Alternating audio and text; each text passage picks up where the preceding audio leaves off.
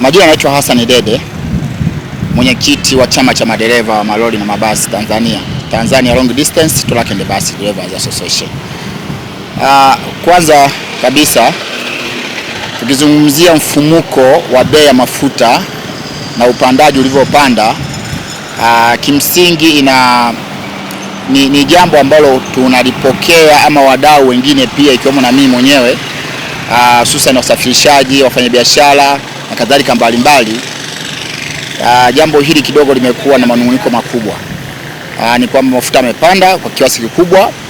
Nimepita sheri hapo naangalia rate ya mafuta petroli shilingi 4,200 kwa 3,000 na kitu. Sasa tunaona sasa hali inavyokwenda kuwa ngumu kidogo ya kiuchumi.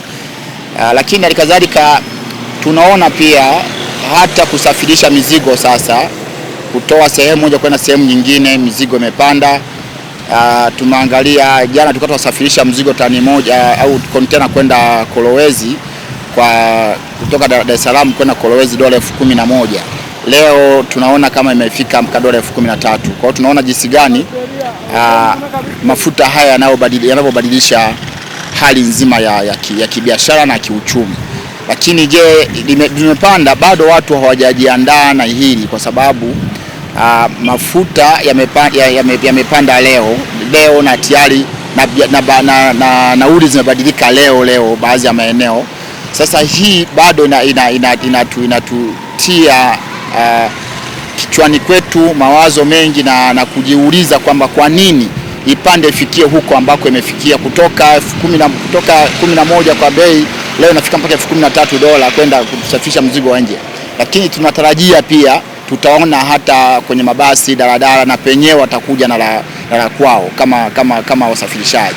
Sasa hii lazima tuone namna nzuri ya kuweza kulisimamia hili kama wadau, lakini namna nzuri ya kuweza kuishauri serikali kuona sasa namna gani ya kuweza kudhibiti huu ufumukaji wa upandaji wa bei holela, ambayo inakwenda kuathiri maisha ya watu wa chini ambao wanatarajia kusafiri, halafu wanajikuta bei zimepanda za usafiri, watu wanashindwa kwenda kutekeleza mahitaji yao ambayo wanatarajia kwenda kuyafanya. Kwa sisi kama wadau tunaomba sana serikali ione namna nzuri ya kuweza kulisimamia hili. Lakini tumeona pia hata kwenye sekta yetu ya usafirishaji, sisi kama dereva tunaona sasa hata wamiliki pia wa biashara zetu hizi ambayo sisi tunaendesha magari kwao, kuona na mambo yanavyokwenda. Leo mfanyabiashara wa ndani anaona changamoto kubeba mzigo kwa bei ile ambayo ipo, lakini anakuja kwa sababu nchi yetu, Mwenyezi Mungu, Dr. Samia Suluhu Hassan kafungua milango ya uwekezaji, lakini kafungua pia mlango watu wengine kuja kuwekeza nchi yetu, lakini hawatumii hivyo inavyotakiwa. Wafanyabiashara wa nje wanakuja na magari yao ya kinje ya kigeni, yanafanya chini kwetu kwa biashara ambazo wanafanya wazawa. Kwa hiyo huyu anakuja nchini kwetu yeye halipi kodi na kafungua yake kwenye huko alikotoka, kwenye nchi yake alikotoka, lakini pia anakuja na wafanyakazi wake kutoka kwenye hiyo nchi alikotoka kazi kwa nchi yetu, anachukua mzigo wetu bandarini hapo anapeleka Zambia, anapeleka Kongo, anapeleka maeneo mbalimbali. Kwa najikuta huyu mfanyabiashara wa kwetu sisi hawezi kubeba ule mzigo. Kwa hiyo anabeba huyu anabeba kwa bei ile ya zamani. Matokeo yake huyu mzawa hawezi kubeba mzigo kwa ile zamani. Fanya kazi zetu vizuri. Nikipeleka hesabu chini ya kiwango ambacho amepandisha, maana yake ni kama confederate hapa leo imefika shilingi 80,000 kutoka shilingi 70,000. Cost imefika 110,000 kutoka shilingi 100,000. Umeshaelewa? Sasa huyu dereva ili apate hesabu yake ya kupata kwa siku, lazima achukue cha kwake mfukoni, aweke hesabu ya tajiri, aweze kumrudisha tajiri. Kesho asipofanya hivyo hawezi kuendesha hilo gari. Kama unavyojua madereva walio wengi hapo wanafanya kazi, wanategemea kisleta yake. Akishaendesha gari kutwa nzima, kinachobakia ndio cha kwake, anapeleka tajiri. Kibaki bila senti 5, akisha kwamba hesabu ya tajiri imefika na mafuta amejaza. Hii yote tunahitaji kukaa chini kuona. Kuna mambo mengi tunapitia kama wadau, lakini kuna mambo mengi tunapitia kama madereva ambao tunakuza pato la taifa kwa 99%.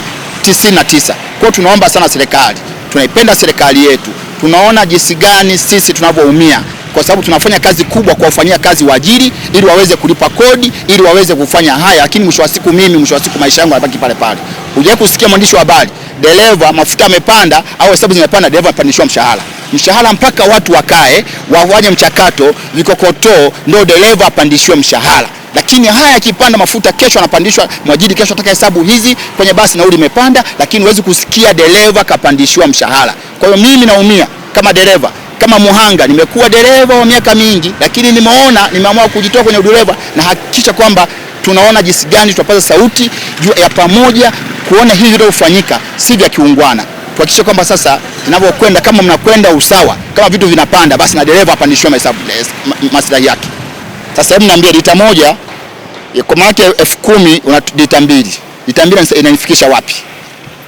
Huyu dereva jioni asipojaza mafuta full tank lita 35, arudishie mafuta ya tajiri aliyoweka. Maana yake anajikopa mpaka cha kwake, posho wake na watoto wake, mshahara wake. Sababu naomba uelewe, mshahara wa dereva wa daladala sawa, lazima afanye kazi kila siku ndio mshahara wake upatikane. Asipotumia kisata yake hapati mshahara. Maana yake ni nini? Posho inayobakia juu baada ya kufunga hesabu ya tajiri, kutoa hesabu ya mafuta, ndio mshahara wake ambao analipia leseni, anarenew leseni, na ndio anasomesha watoto, na ndio anaosaidia ndugu nyumbani. Kwa hiyo kidogo ni changamoto. Uzoefu wangu mimi, tena geografia mji kama wa Mwanza ambapo mimi nimezaliwa, sawa?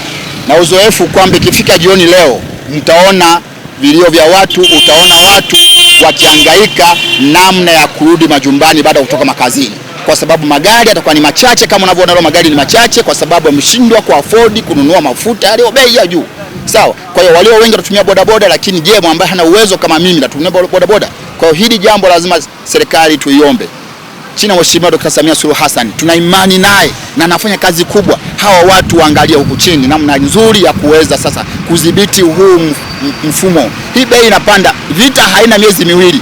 Mafuta yakiagizwa nje yanatumia takriban miezi 3 kufika. Inakuwaje mafuta yameagizwa nje miezi 3, vita haina miezi 3, leo tayari mafuta yamepanda bei? Hii ni Tanzania Habari.